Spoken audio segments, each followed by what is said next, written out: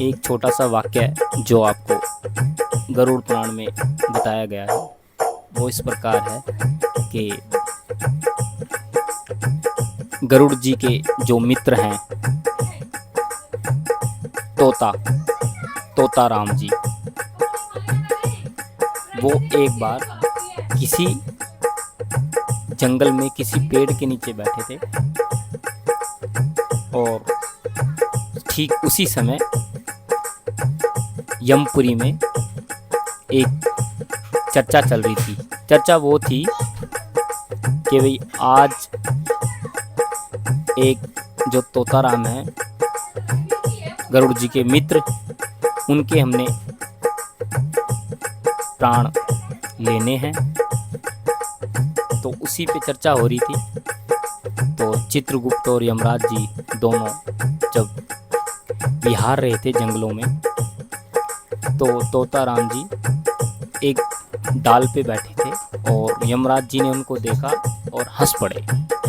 और भैया जब यमराज किसी को देखकर हंस जाए तो बड़े बड़े धुरंधर परेशान हो जाते हैं। भाई वो तो यमराज है, प्राण दाता है और प्राण लेता भी है।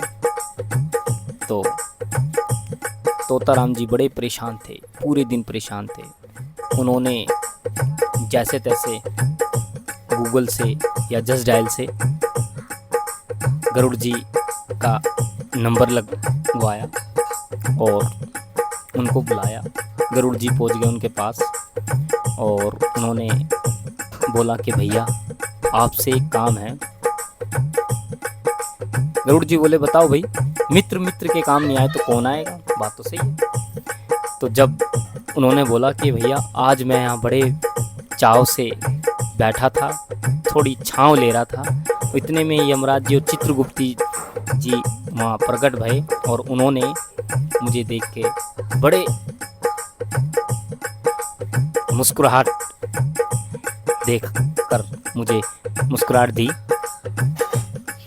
तो गरुड़ जी ने बोला कि भैया इस पूरे विश्व के जो रचयिता हैं वह श्री नारायण भगवान श्री हरि, और वो मेरे मालिक हैं। भैया जब मालिक की जो गाड़ी है वो चला रहा है गरुड़, जैसे होता ना कि भाई एक बड़ा सुनार हो गया, उसकी गाड़ी एक ड्राइवर चला रहा, अगर कोई दिक्कत होगी तो उसको पता भाई मेरा जो मालिक बाणिया है बड़ा पैसे वाला है, भाई जितने भी पुलिस फोर्स हो, ये हो, नेता सेता सबको खरीद लेगा। तो उसमें ना थोड़ी ये ईगो, गर्व महसूस करता वो। तो ऐसे ही गरुड़ जी भगवान जी को थोड़ा बहुत अच्छा गर्व हुआ, ईगो।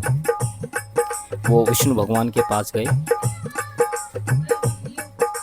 और उन्होंने जब वैकुंठ में पधारे वो, तो विष्णु भगवान बद्री विशाल नाम ले करके और बद्री विशाल की समाधि धर करके वो राम नाम जप कर रहे थे। जब उन्होंने देखा कि भाई ये तो उठने वाले हैं ही, तो वो दोबारा गए गरुड़ जी तोते के पास। तोताराम जी से बोले आप मेरे पीठ पर बैठ जाओ और आपको मैं कहीं दूर शहर में अंदर जाके बिल्कुल पहाड़ के नीचे कोई गुफा के अंदर इधर उधर छोड़ आता हूँ। वो अपनी पीठ पर तोते को बिठाकर चल दिए डगर डगर, कहीं जंगल कहीं पानी, कितने ही रास्ते उन्होंने चेंज करके जब वो एक गुफा के अंदर प्रवेश करें तो गुफा के अंदर प्रवेश कर उन्होंने देखा छोटा सा एक आला। पहले जो आला बोलते थे किसको, छोटी सी जगह होती थी ना, ऐसी गुफा के अंदर एक छोटी सी जगह थी जो आला बना हुआ था, वहाँ पे बिठा दिया। फिर तुरंत 5 मिनट बाद वो आए वहाँ सर, और देखते क्या है कि चित्रगुप्त और यमराज जी वैकुंठ धाम में पधार रहे हैं। तो इन्होंने गरुड़ जी ने अपना प्रसंग वहाँ अड़ा दिया। क्या पता है ना, सुना कि भाई जब बड़े बात कर रहे हो तो छोटों को बोलना नहीं चाहिए, ये अच्छी बात है, पर लोग बुरा मान जाते हैं।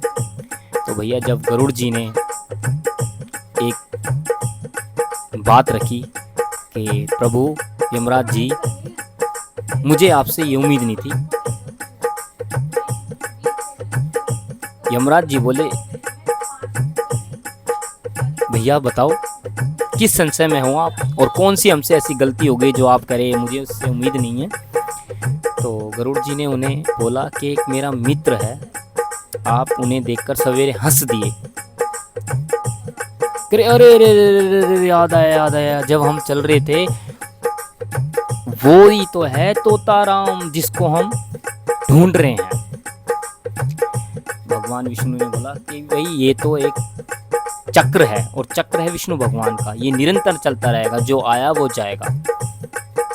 जहाँ जीवन है वहाँ मृत्यु भी है, और मृत्यु ही सत्य है। तो यमराज जी बोले भाई मैं तो उसको इसलिए देख के हंस रहा था कि 5 मिनट बाद इसकी किसी गुफा के नीचे, जंगलों के अंदर, गुफा के अंदर इसकी मृत्यु होने वाली है।